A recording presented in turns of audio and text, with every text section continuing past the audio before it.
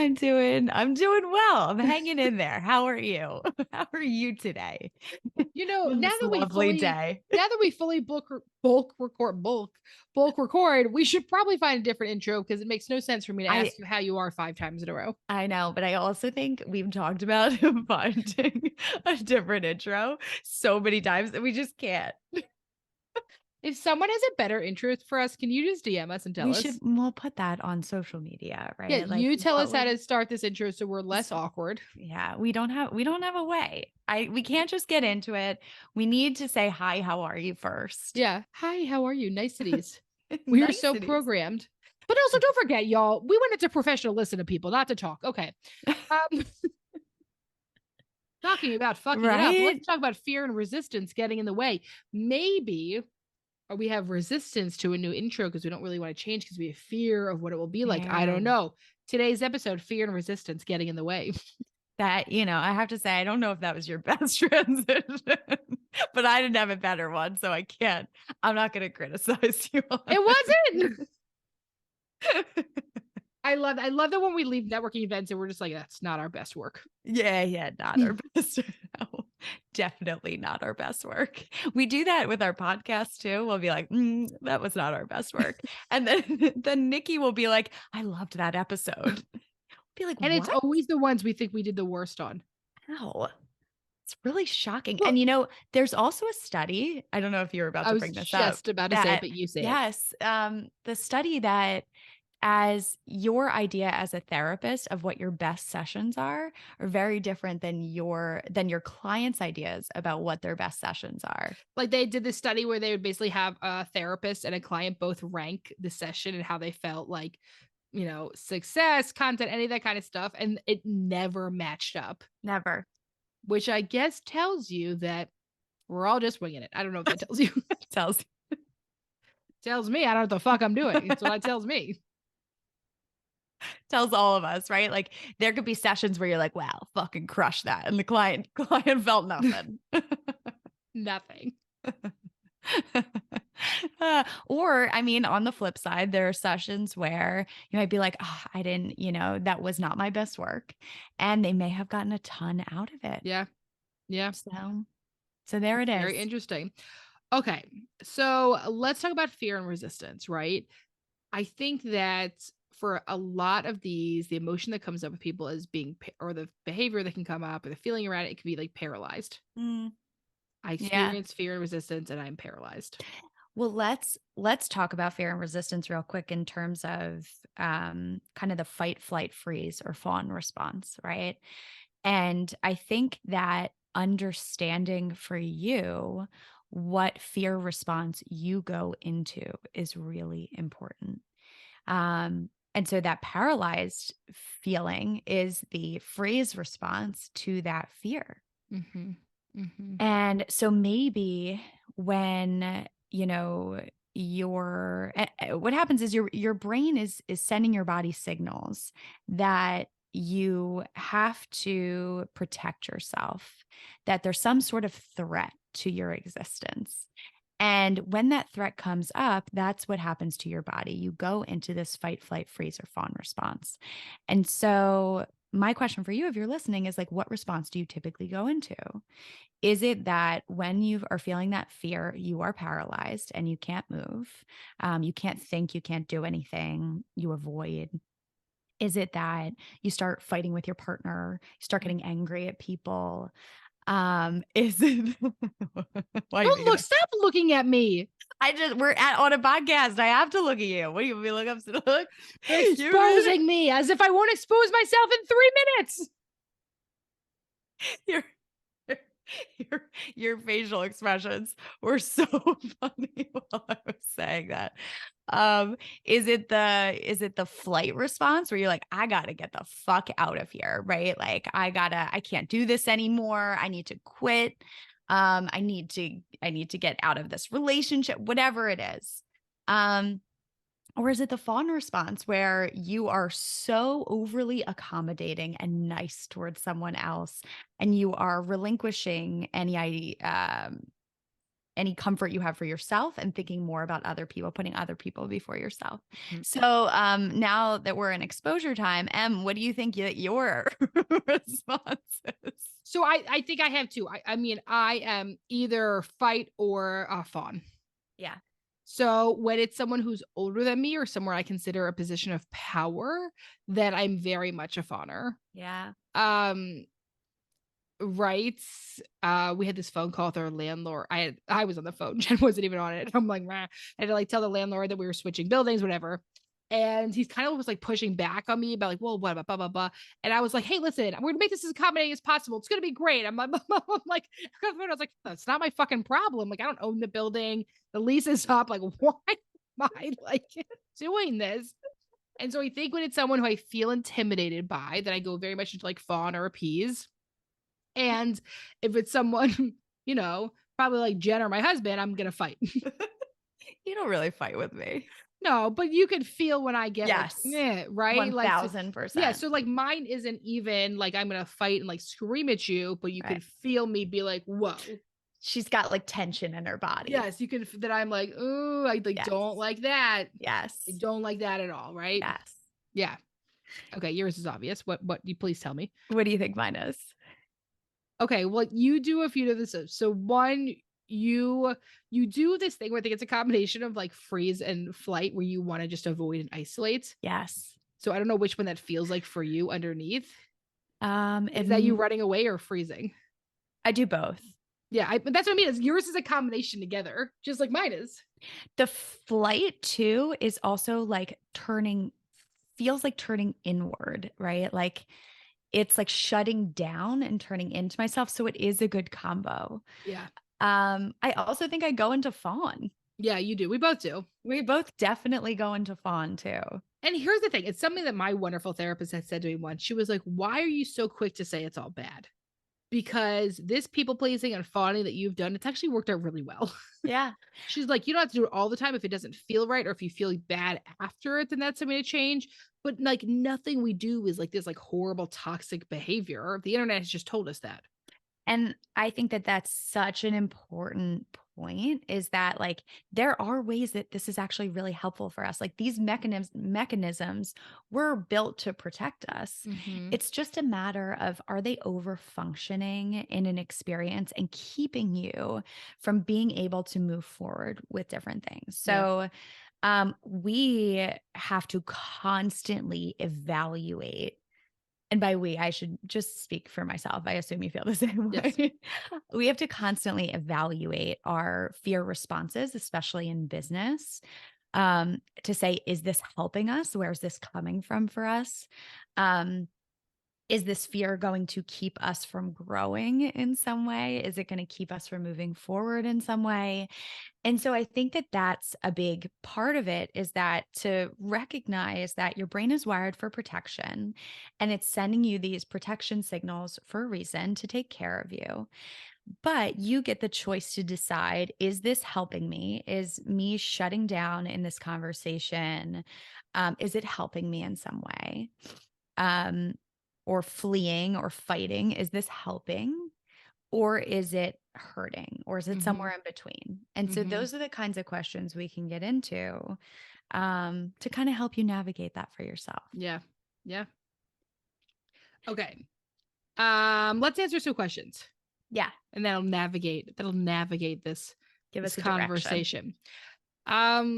I'm going to start at the top. Is that do it? I love that. dealer's choice. The thing we still don't know what it means. We should Google. How do we don't gamble. I feel like it's maybe we should. Yeah, definitely not. It's obviously a fucking gambling thing. It's right. I don't think it's I think it's very much like definitely like a poker or blackjack. But like, dealer, what would right? it be? Dealer's choice. Like, what would that mean? Like, why would it be dealer's choice? I think there's multiple like ways you can play blackjack, and they'll be like blah blah blah, and they're like, oh, dealer's choice. Like the dealer makes the decision whether you hit or not, maybe? No, I think there's different versions of it. We have no idea what we're talking about. Right, no? No? I'm not sure. We're going to look it up for Do you want to go to Vegas? Definitely not. my fear is telling me I definitely don't want to go to Vegas. And Talk I feel about like talk about shit that's like I went there once and like I'm fucking good.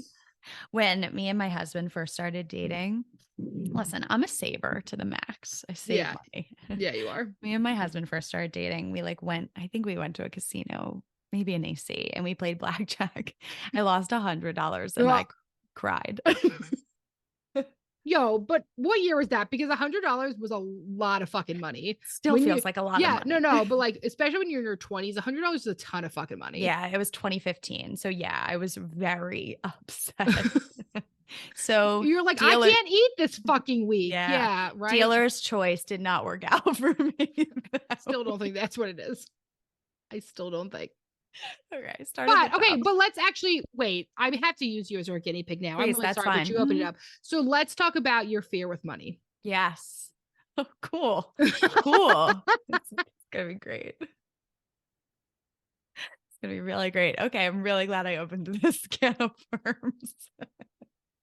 Okay, so I come from a scarcity mindset and I'm very aware of that.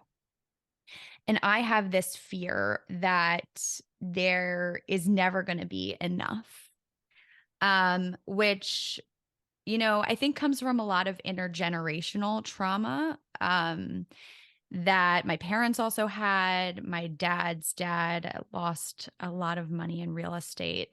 So I think that he very much developed that and passed that on to me. And I think there's probably more intergenerational trauma that I don't know about. So I was very much passed down this scarcity mindset. And so the fear that comes up is that there's never going to be enough. And so my reaction to that is to try to hold on and like hoard. And so that is a fear response that I have recognized is not helpful for me in some ways. There are ways in which it might be helpful for me, but the ways in which it's not helpful is in our business is a great example. I have learned that over time.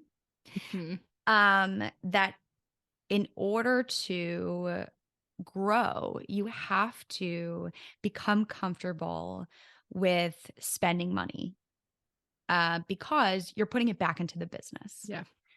And I actually had a conversation with my therapist about my tolerance for, or my appetite for growth and my appetite for risk.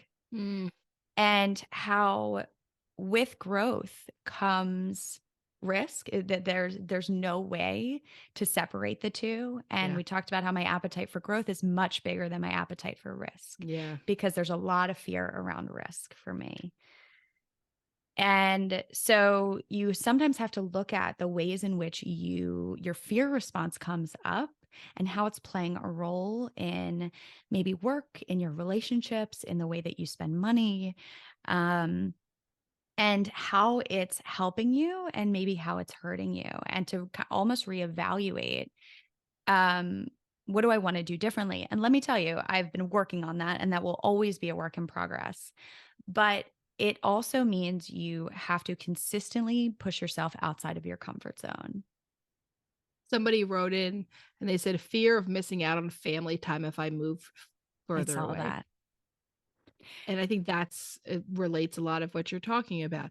Is your appetite for growth correlate with your appetite of risk? Yes. And that the two are coupled. And you can't, for the most part, practice one without the other. Same thing with the podcast, right? When we started the podcast, my appetite for growth was way bigger than my appetite for risk, but the growth was more important to me. Yeah. And that you have to be able to say to yourself, okay, I recognize that this is something that might be holding me back if I stay in my comfort zone. And I think that's a lot of what people mean when they say you have to step outside of your comfort zone in order to grow. And so it's one thing to say that, it's another thing to really do it and put it into practice and say, like, I'm going to be okay. And that's what I think is an important thing in a way. Someone wrote something about rewiring. Let me find that question. What's a good practice to try and rewire your brain from triggers you learned as a kid? Exactly. So what happens is when we go into that maybe flight response or in that freeze response we want to avoid, um, and that allows us to stay in our protective comfort zone, but it keeps you from being able to grow and also to be able to prove to yourself that you can do this and that it will be okay. Mm-hmm. And that is where I think a lot of the rewiring happens, is that if you allow yourself to step outside of your comfort zone and to challenge some of those protective mechanisms that have been quote unquote keeping you safe.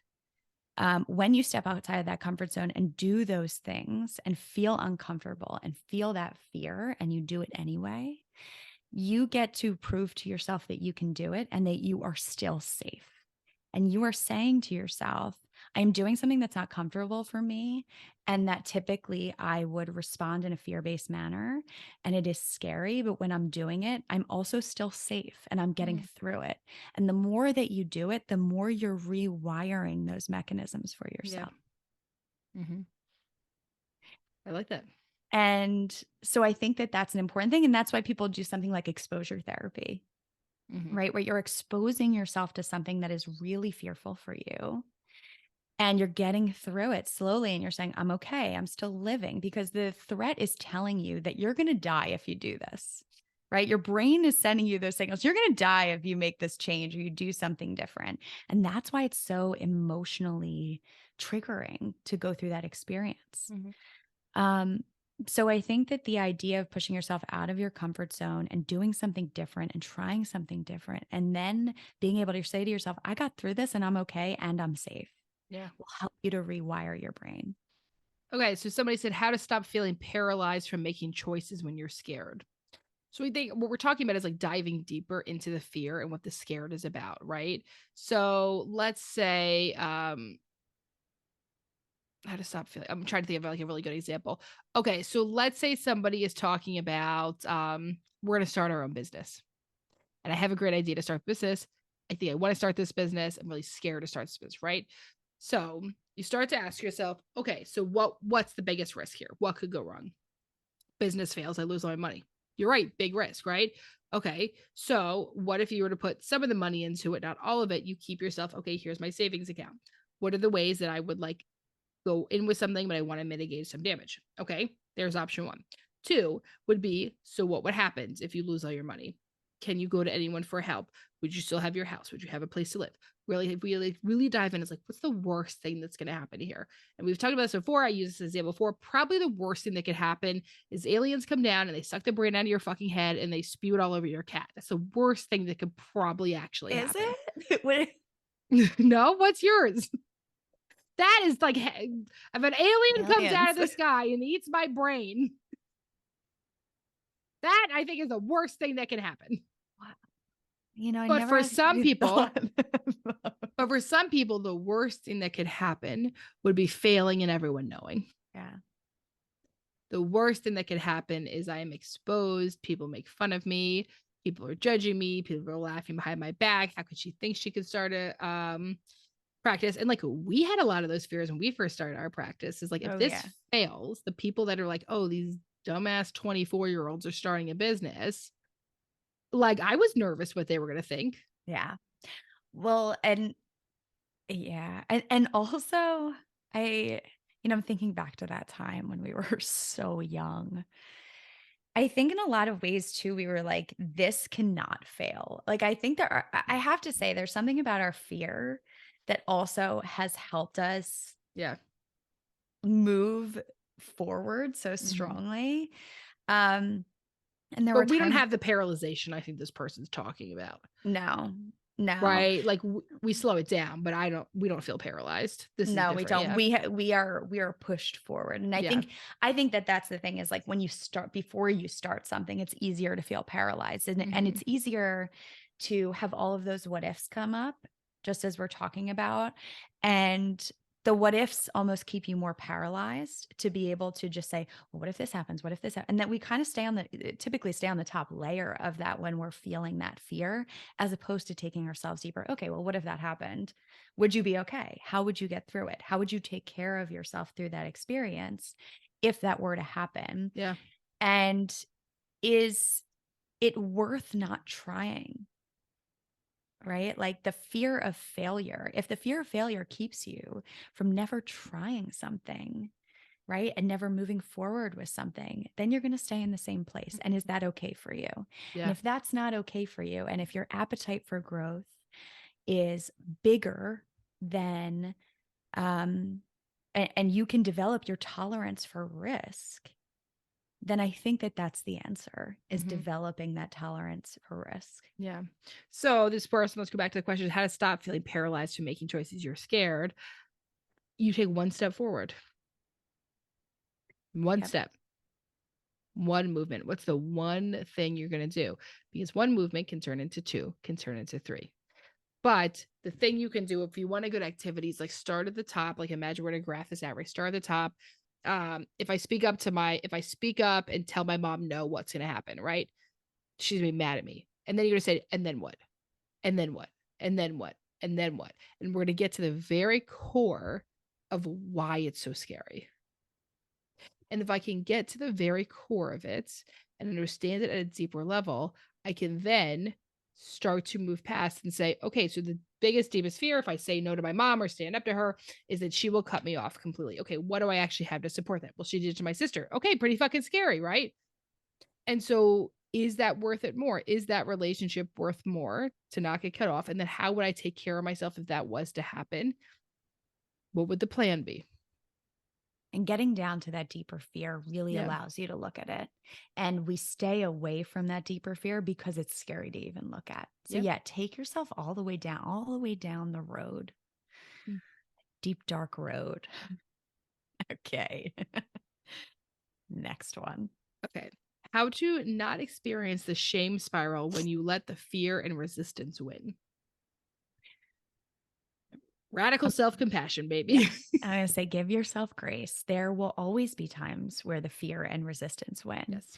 That is part of being human. And I also think, whether you're listening to this episode or you're seeing things on social media, that there's a lot of talk around, keep going, step outside, just as we're saying, step outside of your Mhm. comfort zone. It's not an easy thing to do. Like, you might be listening to this podcast and think like, oh, I really got to, like, it takes time. And Yeah. it takes vulnerability, and it takes having conversations and thinking about things like this. So just give yourself grace and compassion. Like, those fears are there for a reason, and they have protected you in the past. Like, there are reasons why they are there. And I want you to think about, like, what are the ways that this has protected me and helped me? Because there are ways that it has. And then what are the ways that it hasn't? When you go down the shame spiral, you deny yourself the ability to say, like, this is also taking care of me in some way. Yeah. And I think that that's important to acknowledge. Yep. Okay. Yeah. Dealer's How choice. I love this one. How to get past the fear of social situations when it's easier to stay home alone with my dog. Well, Jen, you could probably answer that one. Just My add in and my cat, and that's you. Mine's not out of fear, it's more out of exhaustion, Yeah.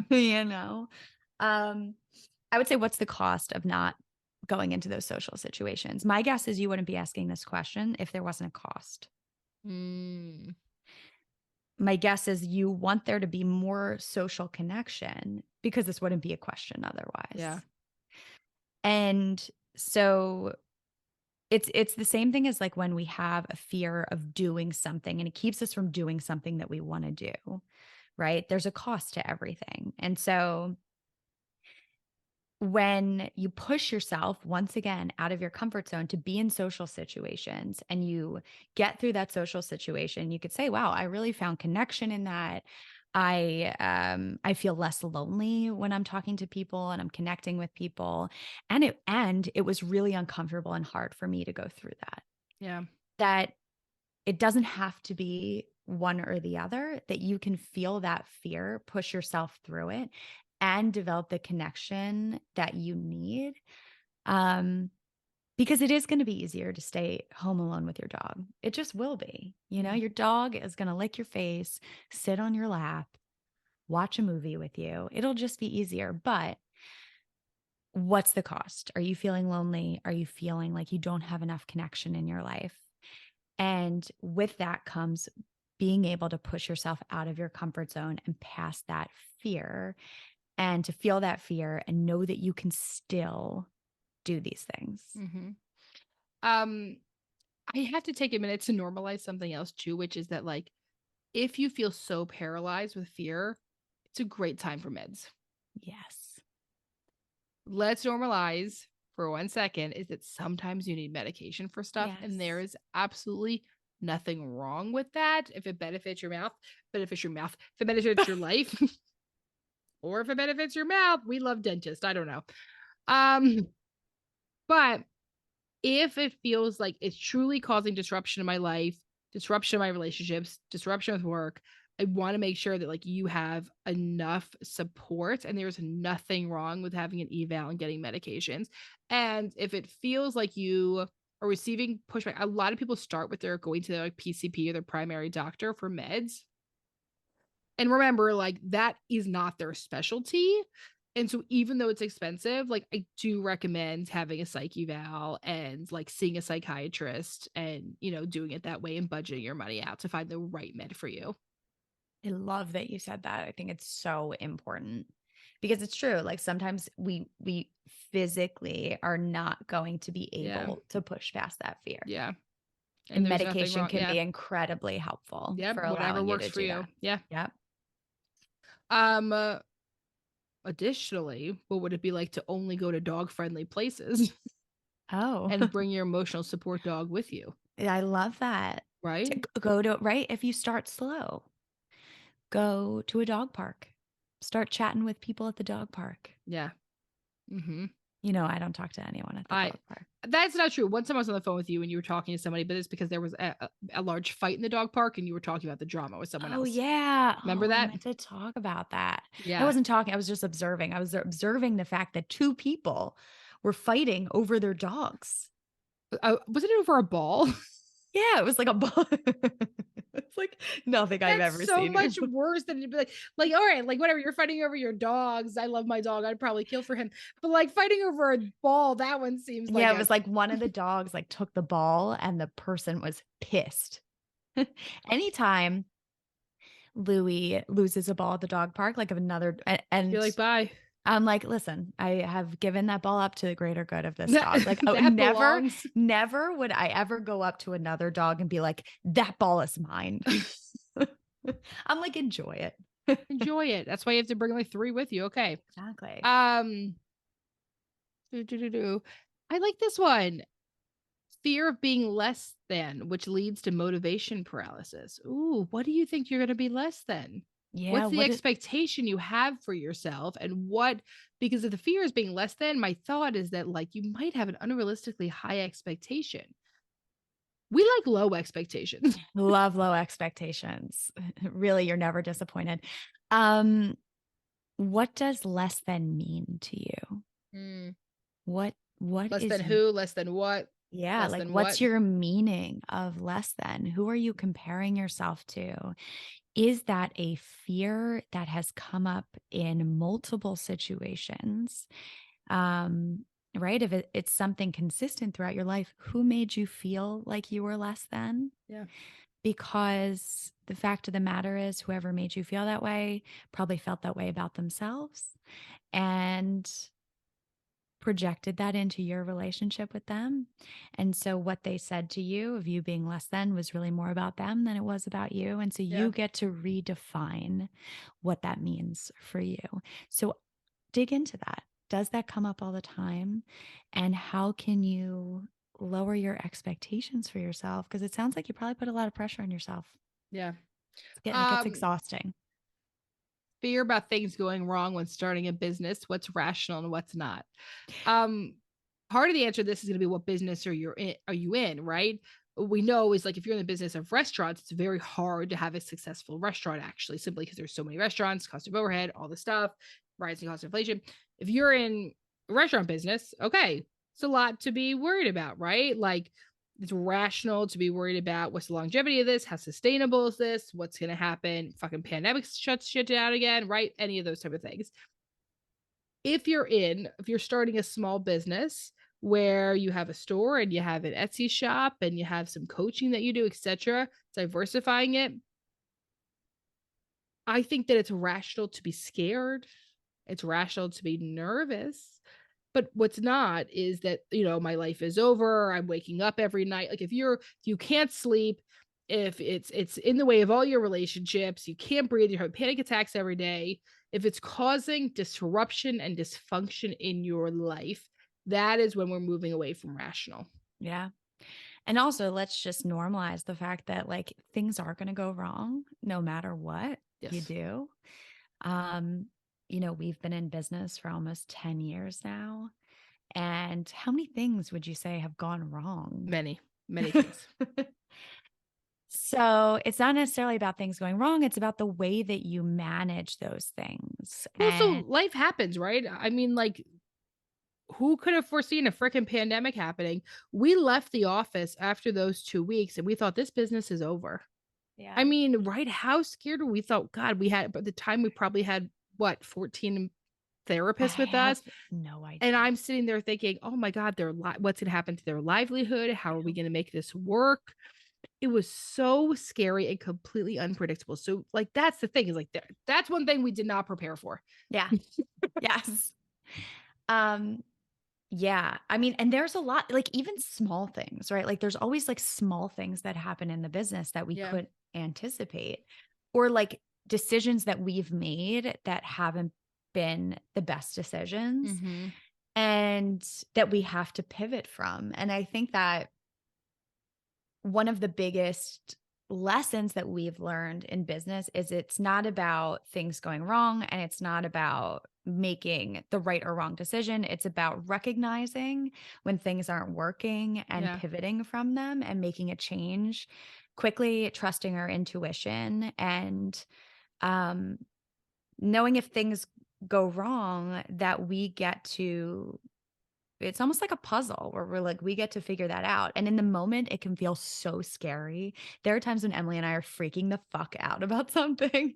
Yeah. And now when we look back at them, and I think this is also because we've been through it so much, we can look back at it now and be like, okay, we got through that, right? Yeah. We have rewired our brain to be able to say when things go wrong or we've made decisions that we want to change, that we can get through it. But in the moment, it feels so scary. So I think Mm-hmm. that knowing that things are going to go wrong, you are going to make mistakes, you are going to want to make changes. That's part of having a business. That's part of being in business. Um, and the expectation that everything needs to go right in order for you to be successful is unattainable. Yep. Dear Em and Jen. You want me to do it? Yeah. Okay.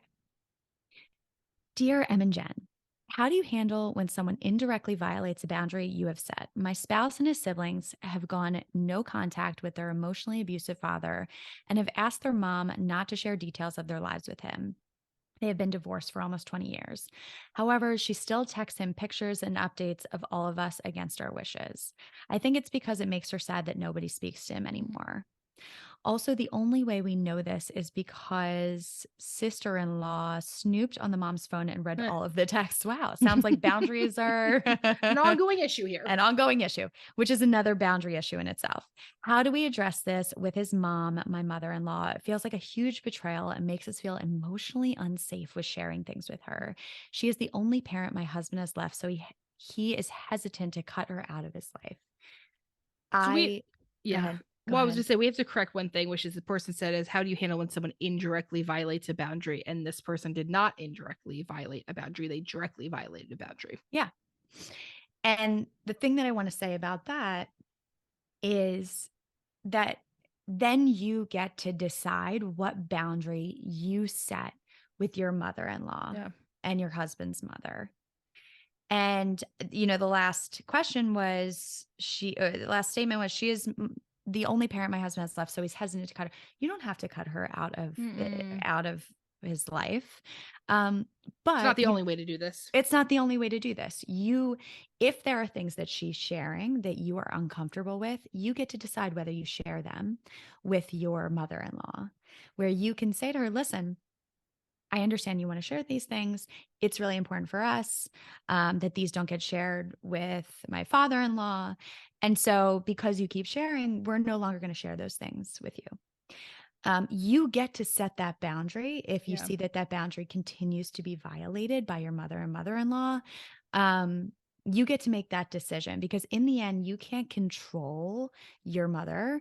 You can only control the boundaries that you have, and you do not have to Yeah. cut her off in order to set stronger boundaries with her. And I mean, in some ways, I hate to say this, but I understand where mom's coming from, right? You said, I think that it's because she makes her sad that nobody speaks to him anymore. That is sad. This is very sad. This person lost and missed out on their family because they're emotionally abusive. That's fucking sad. Yeah. It's sad they didn't get their shit together. Sad they probably didn't have access to therapy. It's sad. You know what I mean? It's just like a very, very sad situation. And so I think when we're dealing with a sad situation, we have to also deal with different creative solutions. And I think you're in right. My recommendation would be for everyone to stop looking at everyone's phone. Yeah, And that's another everyone one. we gotta sorta, like, be like, "All right, here's some Get it shit," out like, there. right, you know what I mean? If I'm violating a boundary, how are they supposed to, respect mine, blah, blah, blah. Yeah. We gotta, like, what we call is, like, isomorphic. I gotta do it for you to do it back to me, right? Okay. So, I think you're gonna have to say, "Hey, we discovered this information. We know that you're sending these pictures to dad. It really hurts us. We really don't want it. Here are the reasons why. I'd like to hear of why it felt so important for you to send those and why that was a part of it, even though we had already. Did you think about what would happen if we found out? Were you worried about what would happen if we found out? Do you care that we're upset about this? Right? Those are all questions that would be interesting for me to hear.